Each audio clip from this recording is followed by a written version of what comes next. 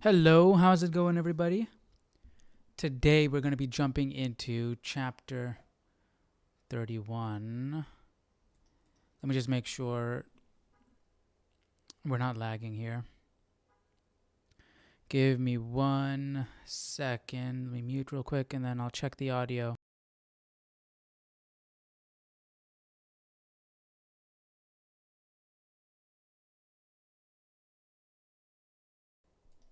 All right, we're good. So today we're jumping into chapter 31. Let's get our Bibles out and I'll get the text up here on screen.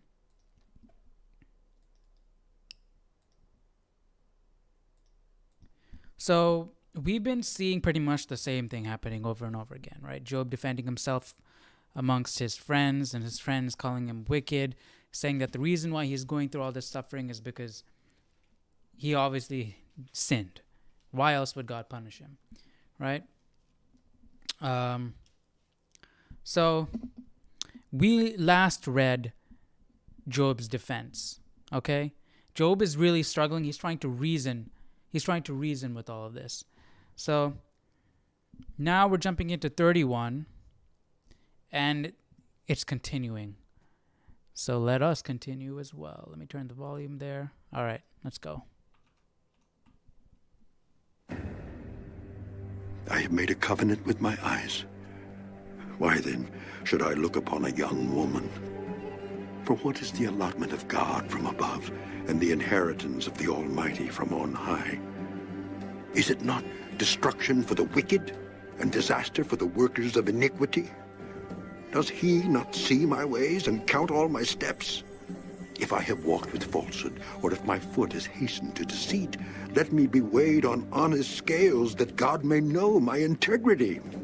So he is thinking out loud, right? Because he started off saying that the wicked prosper. They prosper even up unto death.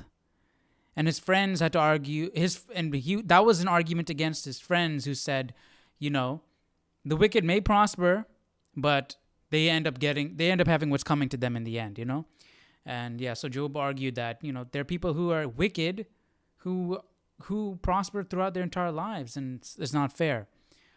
But then we're starting to see a switch in the way Job is talking, aligning more to what his friends are saying. So that's why my Bible said that in the commentary that people say that these phrases that sound like Job's friends are actually misquoted by giving them to Job and not really his friends.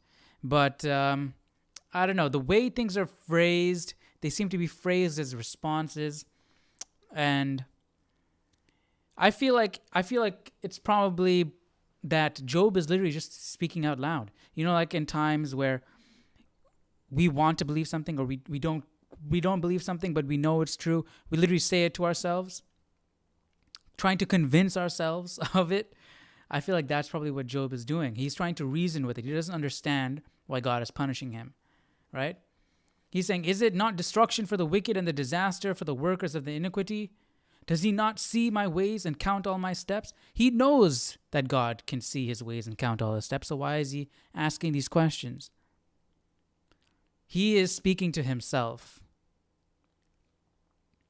I mean, he's speaking to his friends, but he's really speaking for himself to hear. Because he needs to remember and reason with what's going on. So I think that's probably what he's doing. He's thinking out loud. Let me know what you guys think down in the comment section. Because we have people who write biblical commentaries say that it's probably quotes that are from Job's friends, but they're attributed to Job. So there are multiple schools of thought. So I would like to know what you guys think.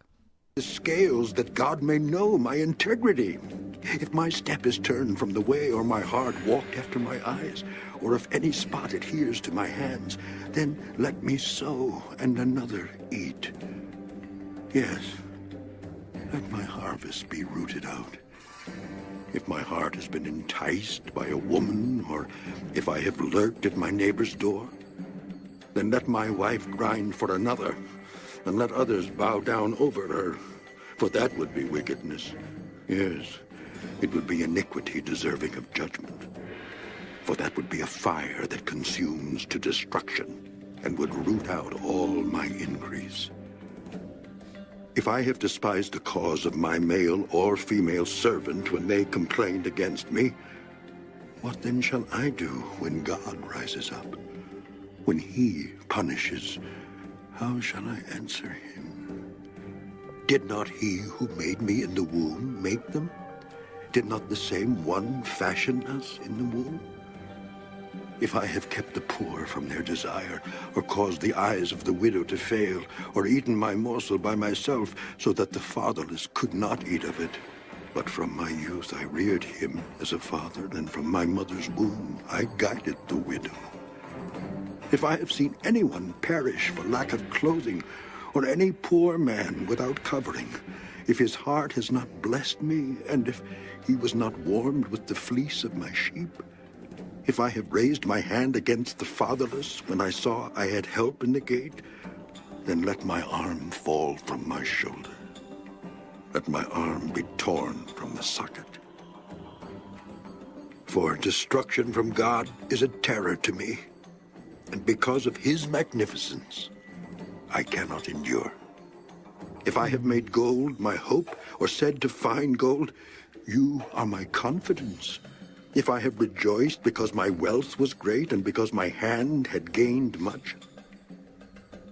If I have observed the sun when it shines, or the moon moving in brightness, so that my heart has been secretly enticed and my mouth has kissed my hand, this also would be an iniquity deserving of judgment.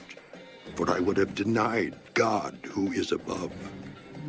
If I have rejoiced at the destruction of him who hated me, or lifted myself up when evil found him, indeed, I have not allowed my mouth to sin by asking for a curse on his soul. If the men of my tent have not said, who is there that has not been satisfied with his meat? But no sojourner had to lodge in the street, for I have opened my doors to the traveler. If I have covered my transgressions as Adam by hiding my iniquity in my bosom, because I feared the great multitude and dreaded the contempt of families, so that I kept silence and did not go out of the door, oh, that I had one to hear me. Here is my mark. Oh, that the Almighty would answer me, that my prosecutor had written a book. Surely I would carry it on my shoulder and bind it on me like a crown. I would declare to him the number of my steps. Like a prince I would approach him. If my land cries out against me and its furrows weep together, if I have eaten its fruit without money or caused its owners to lose their lives, then let thistles grow instead of wheat and weeds instead of barley. The words of Job are ended. Man, he's really struggling. Let's see what my Bible's got to say about this. I mean, this is pretty self-explanatory, but I just want to see what they've got to say.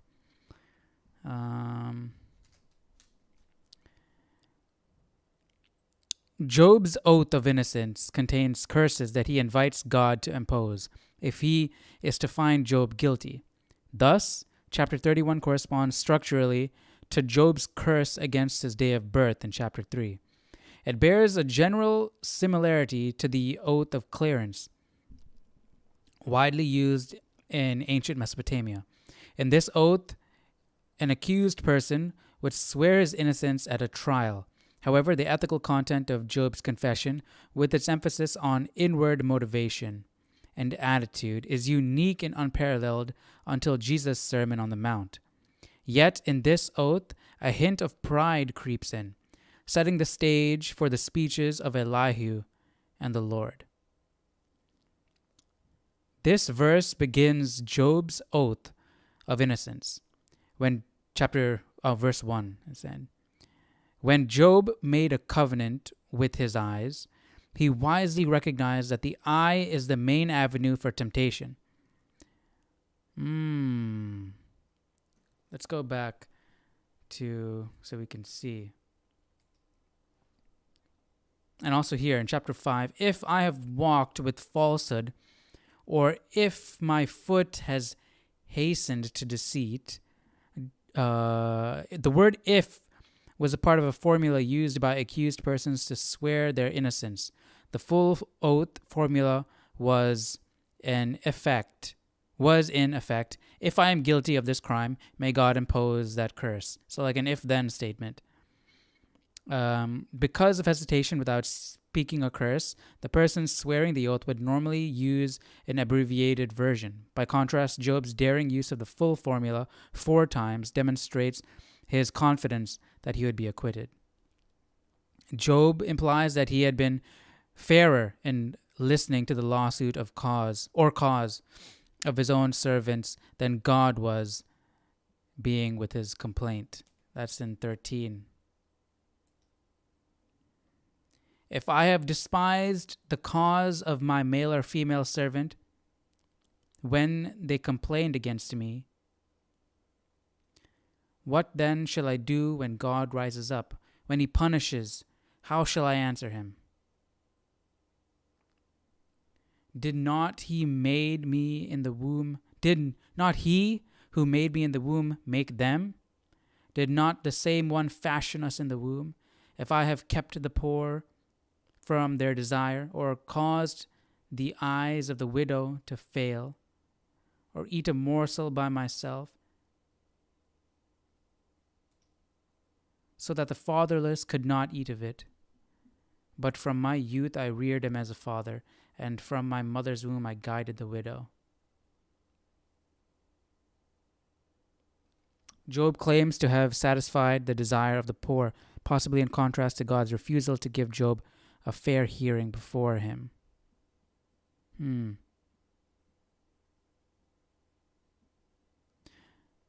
Oh, and here it's saying, then let my arm fall off from my shoulder, and let my arm be torn from its socket.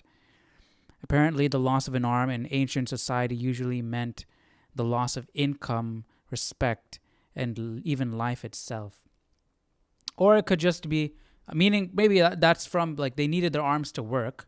If you lose your arm, you're losing your livelihood. So, Job's being dramatic in his use of imagery here. Let my arm be torn from the socket. 27 here. So that my heart has been secretly enticed and my mouth has kissed my hand. The phrase my mouth has kissed my hand reflects the apparent ancient custom of kissing the hand as a prelude to a superstitious and idolatrous act of throwing a kiss to the heavenly bodies. Interesting. So that my heart has been secretly enticed and my mouth has kissed my hand, because it's talking about observing the sun when it shines and all that stuff, and saying that would be a reason for God's deserving of God's judgment. So, okay, that makes sense. Let me see if there's anything worth going into further. Job's wish for one to hear him seems to express he continued desire for an impartial mediator or judge. 35. Oh, that I had one to hear me. Here is my mark. Is that it? Yeah, here is my mark. Oh, that the Almighty would answer me, that my prosecutor had written a book. I don't know if it's is it mediator, or does he mean just having someone to listen to him? Like his friends are not listening, right? Their friends aren't really paying attention to what he has to say.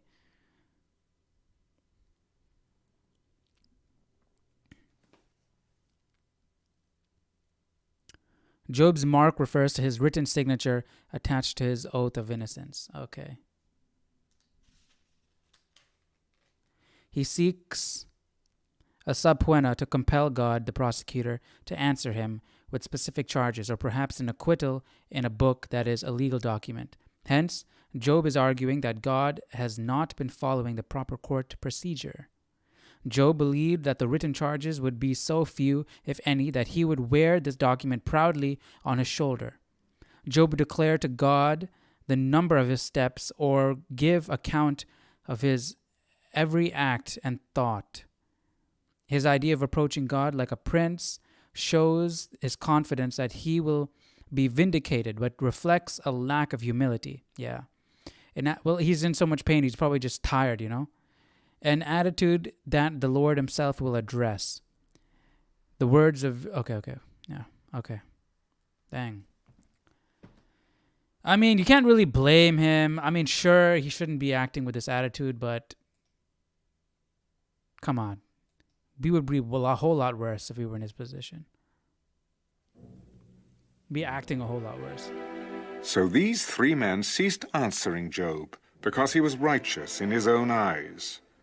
Then the wrath... So they thought like, all right, we're not getting through this guy. This guy's has a thick skull. He's not listening to us. of Elihu, the son of Barachel, the Buzite, of the family of Ram, was aroused against Job.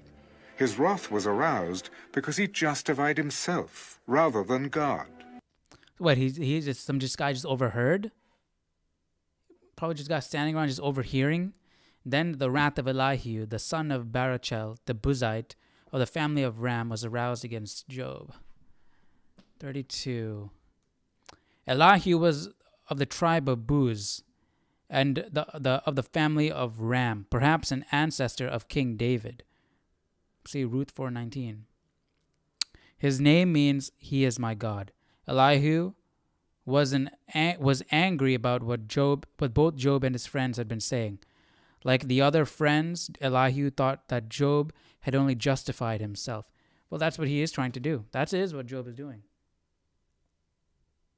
Okay, maybe he's not justifying himself. He's not justifying himself as in he's not justifying his sin because he thinks he didn't sin. But then again, he is justifying himself in the way that he is obviously being punished for something. Therefore, he did something wrong. And then therefore justifying himself, saying that I didn't do anything wrong. I'm in the right. Therefore, God is in the wrong here. And so Elihu is mad. Also, against his 3 friends, his wrath was aroused because they had found no answer and yet had condemned Job. So what is Elihu, this third party? What has he got to do? Because they were This could be your mediator, Job. This could be your third party. Well, I mean, yeah. Could be. It might be. He's against Job right now, but let's see. Job. Now, because they were years older than he, Elihu had waited to speak to Job. When Elihu saw that there was no answer in the mouth of these 3 men, his wrath was aroused. So Elihu, the son of Barachel the Buzite, answered, I am young in years, and you are very old. Therefore I was afraid and dared not declare my opinion to you. I said, age should speak, and multitude of years should teach wisdom. But there is a spirit in man, and the breath of the Almighty gives him understanding. Great men are not always wise, nor do the aged always understand justice. Therefore I say, listen to me. I also will declare my opinion. Indeed, I waited for your words. I listened to your reasonings while you searched out what to say. I paid close attention to you. I'm liking Elihu. And surely... That's a trait of a wise man, right? Just sit back, listen, understand what they're saying, and then give your input. Not one of you convinced Job or answered his words, lest you say, we have found wisdom. God will vanquish him, not man. Now, he has not directed his words against me, so I will not answer him with your words. They are dismayed and answer no more. Words escape them. And I have waited because they did not speak. All right. Because continue. they stood still. Get to the point, Elihu. Answered no more. I also will answer my part. I Elihu, too will declare my opinion, for I am full of words. The spirit within me compels me. Indeed, my belly is like wine that has no vent. It is ready to burst like new wineskin. He's probably feeling really nervous, to come up and interrupt. But he didn't interrupt because he waited for them to finish talking and they didn't respond, right? And so he came in, and he's younger. So he's giving his reason for why he's coming in. Preemptively, just in case they don't get angry at him. Maybe that's what's going on here. I will speak that I may find relief. I must open my lips and answer. And let me not, I pray, show partiality to anyone, nor let me flatter any man. For I do not know how to flatter, else my Maker would soon take me away. Why? Why? Why would your Maker take you away if you flattered? Because you're lying? Yeah, you can flatter, but you don't have to lie.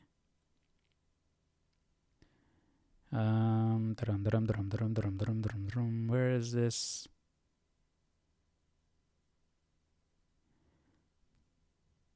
My Bible doesn't say. But that's probably what it is. Let's look at this. As reassurance to Job concerning his complaint that his friends are partial to God, Elihu promises not to show partiality. Okay, that's right. Yeah, maybe it's a lying. No flattering. No exaggerating.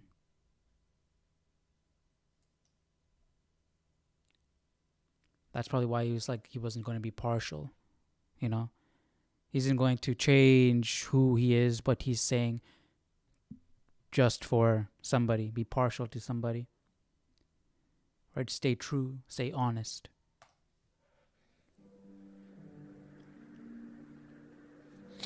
I don't think God would kill you for Job, hear my speech and listen to all my words. Boom. Already. Much better job, Elihu, than any of Job's friends. The way you're speaking, please, Job, hear my speech. He's pleading with Job. He's being empathetic. Now I open my mouth. My tongue speaks in my mouth. My words come from my upright heart. My lips utter pure knowledge. Yeah, this guy has to be nervous. He has to be worried how, Job's just not going to listen to me. These guys are going to be mad at me for coming into this conversation. It's got to be that. It's got to be. The Spirit of God has made me, and the breath of the Almighty gives me life. If you can answer me, set your words in order before me. Take your stand. Truly, I am as your spokesman before God. I also have been formed out of clay. Surely no fear of me will terrify you, nor will my hand be heavy on you. Surely you have spoken in my hearing. This guy sounds like a young Sean Astin. And I have heard the sound of your words, saying, I am pure, without transgression. I am innocent, and there is no iniquity in me. Yet he finds occasions against me. He counts me as his enemy. He puts my feet in the stocks. He watches all my paths. Look, in this you are not righteous. I will answer you, for God is greater than man. Why do you contend with him? For he does not give an accounting of any of his words. For God may speak in one way or in another, yet man does not perceive it. In a dream, in a vision of the night, when deep sleep falls upon men, while slumbering on their beds, then he opens the ears of men and seals their instruction. In order to turn man from his deed and conceal pride from man, he keeps back his soul from the pit and his life from perishing by the sword. I would not be surprised if I look in the credits of this Bible audio and it says Sean Astin is Elihu. I would not be surprised. Man is also chastened with pain on his bed, and with strong pain in many of his bones, so that his life abhors bread, and his soul succulent food. His flesh wastes away from sight, and his bones stick out, which once were not seen. Yes, his soul draws near the pit, and his life to the executioners. If there is a messenger for him, a mediator, one among 1,000 to show man his uprightness, then he is gracious to him and says, "Deliver him from going down to the pit. I have found a ransom. His flesh shall be young like a child's. He shall return to the days of his youth. He shall pray to God, and he will delight in him. He shall see his face with joy, for he restores to man his righteousness." Then he looks at men and says, "I have sinned and perverted what was right, and it did not profit me." He will redeem his soul from going down to the pit, and his life shall see the light. Behold, God works all these things twice, in fact, 3 times with a man, to bring back his soul from the pit, that he may be enlightened with the light of life. Give ear, Job. Listen to me. Hold your peace, and I will speak. If you have anything to say, answer me. Speak, for I desire to justify you. If not, listen to me. Hold your peace, and I will teach you wisdom. Dang, I like this guy. Job 33. Elihu responds to Job's fear of God. Elihu reassures Job that he has nothing to dread since his hand will not be heavy on him. Elihu summarizes Job's position as he perceives it. Then he confronts Job by saying that Job is not righteous in attacking God. Right? Exact. We're following that perfectly. With great perception, Elihu cuts straight to the heart of Job's problem. Job has been treating God as though he were God's equal. Since God is greater than man, Elihu asks, why do you contend or file a lawsuit against God? Job has been treating God as though he were merely a human who could be held accountable in court. Elihu continues this thought when he implies that Job has become proud, even while he sits dejected in the ashes. In response to chapter 7, verse 14, where Job complained of nightmares, Elihu suggests that God may have been trying to teach Job something through a dream or a vision of the night. The precise identity of the messenger or angel is disputed. We're talking about 23 here. If there is a messenger for him, a mediator among 1,000 to show man his uprightness, then he is gracious to him and says, deliver him from going down to the pit. I have found a ransom.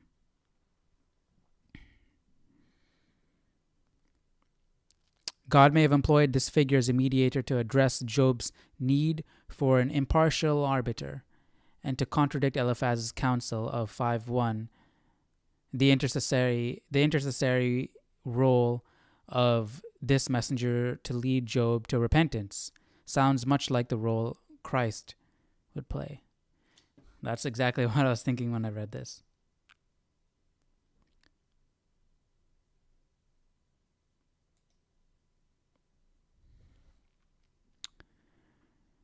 Um, 29 and 30, right? Behold, God works all these things twice, in fact, 3 times with a man, to bring back his souls from the pit, that he may be enlightened with the light of life. This conclusion to verse 14 to 30 succinctly states God's primary purpose to getting a person's attention through dreams and suffering.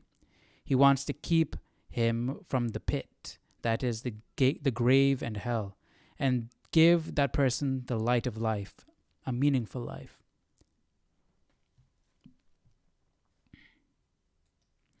But what is Job supposed to do? Is he supposed to just sit there because he is nowhere close to the greatness of God, not an equal to God whatsoever? Is Job supposed to just sit there and just take it without asking why? He should be like, I'm in this pain, so much pain that I can't even think straight, but I will be understanding. I will assume that God is responsible for this pain, and He's giving me this pain for a certain reason. Because we know that this is not from God, this is from the devil, right? Yeah, sure, God okayed it. I don't know why. I don't know why He wants to prove a point on the expense of another person and their children and their family. But again, we can't question God, so maybe that's Job's purpose. But sucks, but but then again, people think that the book of Job is just a metaphor. It's just an example. It's just a parable. Some people think that. But yeah, like, what are you gonna do? Like, if you were in this position, what would you do? Would you be angry?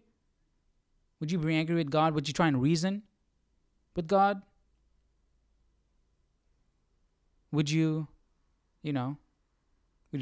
start to bargain? Or would you just accept it? Be like, okay, this is my fate.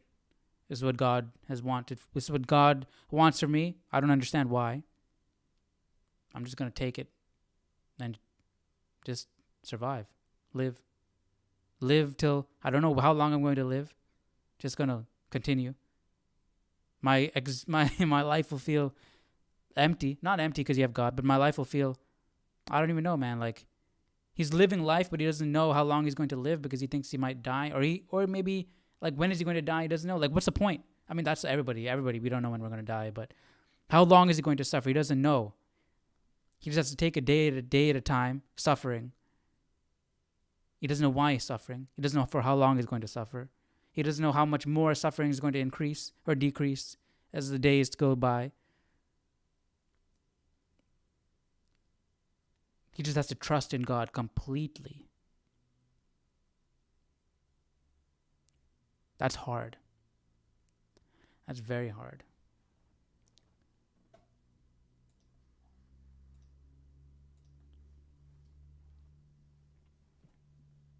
Elihu further answered, Hear my words, you wise men. Give ear to me, you who have knowledge. For the ear tests words as the palate tastes food. Let us choose justice for ourselves. Let us know among ourselves what is good. For Job has said, I am righteous, but God has taken away my justice. Should I lie concerning my right? My wound is incurable, though I am without transgression. What man is like Job, who drinks scorn like water, who goes in company with the workers of iniquity and walks with wicked men? For he has said, it profits a man nothing that he should delight in God. Therefore listen to me, you men of understanding. Far be it from God to do wickedness, and from the Almighty to commit iniquity. For he repays man according to his work, and makes man to find a reward according to his way. Surely, Man, little God do they will know never what's going do on. wickedly, nor will the Almighty pervert justice. Who gave him charge over the earth? Or who appointed him over the whole world? If he should set his heart on it, if he should gather to himself his spirit and his breath, all flesh would perish together, and man would return to dust. If you have understanding, hear this. Listen to the sound of my words. Should one who hates justice govern? Will you condemn him who is most just? Is it fitting to say to a king, you are worthless, and to nobles, you are wicked. Yet he is not partial to princes, nor does he regard the rich more than the poor. For they are all the work of his hands. And in a moment they die in the middle of the night. The people are shaken and pass away. The mighty are taken away without a hand. For his eyes are on the ways of man, and he sees all his steps. There is no darkness nor shadow of death where the workers of iniquity may hide themselves. For he need not further consider a man, that he should go before God in judgment. He breaks in pieces mighty men without inquiry, and sets others in their place. Therefore, he knows their works. He overthrows them in the night, and they are crushed. He strikes them as wicked men in the open sight of others, because they turned back from him, and would not consider any of his ways, so that they caused the cry of the poor to come to him, for he hears the cry of the afflicted. When he gives quietness, who then can make trouble? And when he hides his face, who then can see him? Whether it is against a nation or a man alone, that the hypocrite should not reign, lest the people be ensnared. For has anyone said to God, I have borne chastening, I will offend no more. Teach me what I do not see. If I have done iniquity, I will do no more. Should he repay it according to your terms just because you disavow it? You must choose and not I. Therefore speak what you know. Men of understanding say to me, wise men who listen to me. Job speaks without knowledge. His words are without wisdom. Oh, that Job were tried to the utmost, because his answers are like those of wicked men. For he adds rebellion to his sin. He claps his hands among us and multiplies his words against God. Come on, why is this bugging my apartment? All right. Yeah, I got to get this thing. We just finished the reading pretty much, but let me wait. Give me 1 second.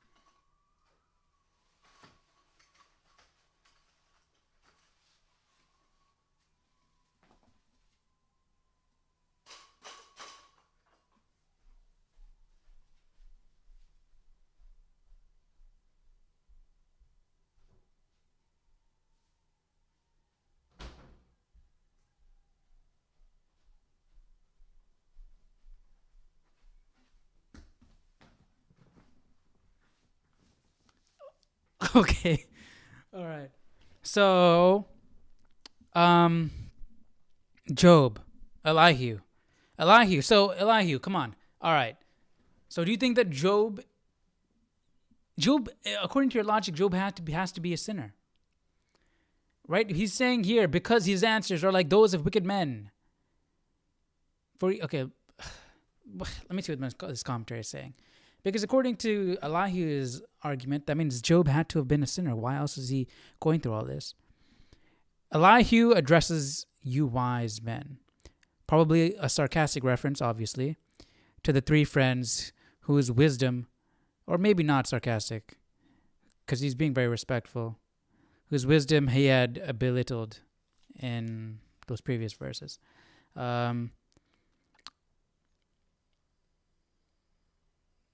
Let's get to the point.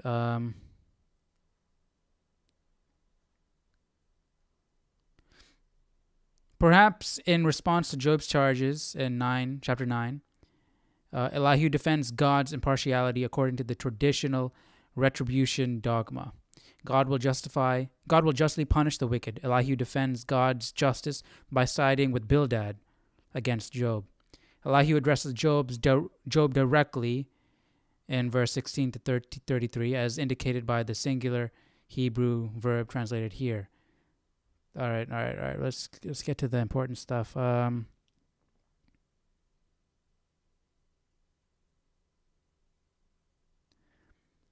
The two rhetorical questions in this verse, in 17, seem to phrase Job's... Verse 17... Where am I? The two rhetorical questions in this verse seem to rephrase Job's complaints from chapter 9 and 24 in order to refute them. Will you condemn him who is most just? The second question anticipates the Lord's own rebuke of Job. Elihu responds to Job's complaints about God ignoring the plight of the poor and afflicted by asserting that God does hear the cry of the poor and the cry of the afflicted.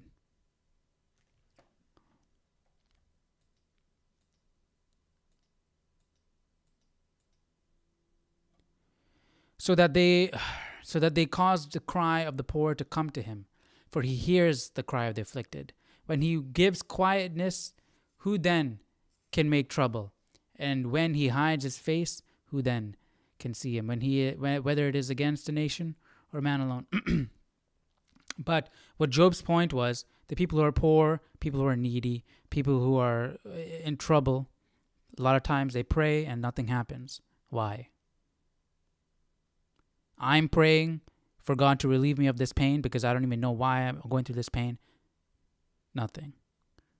That wicked man over there is living his life happily and he's prospering. Nothing. You see, that's what Job is saying. But Elihu seems to be saying things that we know that seems right, but is not really. There's no, like, or maybe I'm not understanding. Like, he's not providing any real answers. Elihu's conclusion mixes sound analysis with an unfair representation of Job's position. Yeah, all of them are going to be unfair representations of his position because nobody knows what's going on in the behind the scenes. A statement that Job's words are without knowledge anticipates the Lord's own words. But yeah, I like Elihu's approach. I just don't see him having much content. He doesn't have the context, and then I feel like he doesn't have much content in what he's saying. Like he's not answering Job's questions. I mean, we can't know why God does what he does. We don't know why God chooses to do certain things and chooses not to do other things. We don't know. So we can't expect an answer from Elihu either. But then again, yeah, I don't know, man. This is tough. It's tough. You can't really explain things. You can't really try and explain it to Job because also Job is the one going through it. You guys aren't going through this. And it's just a topic that we don't know. We don't know God's mind. So how can you explain it? But yeah, that's going to be it for today. We just finished chapter 34. Tomorrow we'll jump into chapter 35, where Elihu condemns self-righteousness, right? Because that's how he jumped into the conversation, right? That's why he got mad at Job, because Job is, sticking up for himself because none of his friends were sticking up for him. So I guess you can take that as self-righteousness. I think it's coming off that way because Job is so tired, so fed up, so in pain. Nobody's sticking up for him. Even God, he thinks, is against him. So he has to lift himself up because nobody else is. Because otherwise, what is he then? He is literally a worm on the ground at that point. So that's how he's viewing it. So tomorrow we'll jump into chapter 35. We'll continue with Elihu. I like Elihu's approach. He seems like a wise young man, and he sounds like Samwise Gamgee. So that's that's a plus.